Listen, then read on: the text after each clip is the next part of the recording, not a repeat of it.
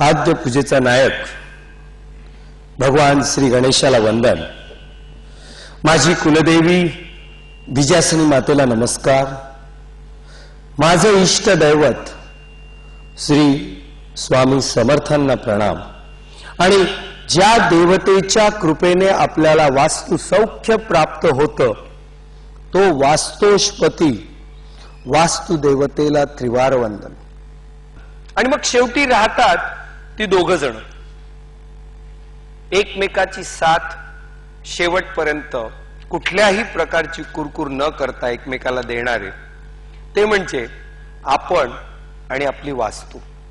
तुम्ही बऱ्याच वेळा कुठेतरी काहीतरी वास्तुशास्त्राबद्दल वाचता, ऐकता आणि मग त्या गोष्टीचा तुम्ही तुमच्या घराबरोबर त्याची तुलना करायला सुरुवात करता। महाभारतातल्या एका कथानकापासून सुरुवात करतो आणि ती म्हणजे मयसभेची।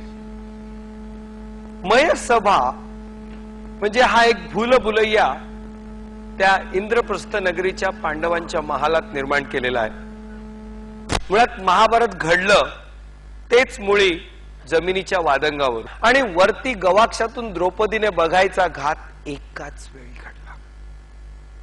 आणि हे बघताच द्रौपदीने एक जळजळीत प्रतिक्रिया व्यक्त केली। आंधळ्याचं पोर ते आंधळ, त्याच्याकडून काय अपेक्षा करायची?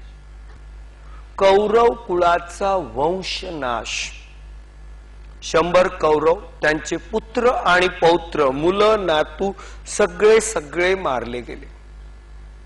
पांडवांची परिस्थिती सुद्धा जवळपास सारखीच होती, थोडीशी जमेची अशी होती की 5 पांडव, 6वी द्रौपदी आणि सुभद्रेसह तिच्या पोटातला गर्भ एवढीच माणसं वाचली।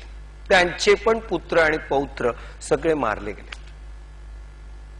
या कथानकाचा आणि या वास्तुशास्त्राचा काय संबंध आहे किंवा यातून काय निष्कर्ष निघतात ते आपण बघूया।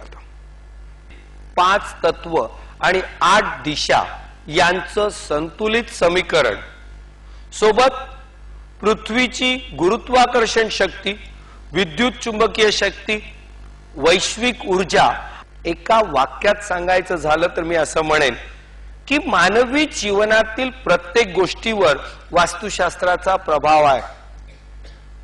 पैसा येणं किंवा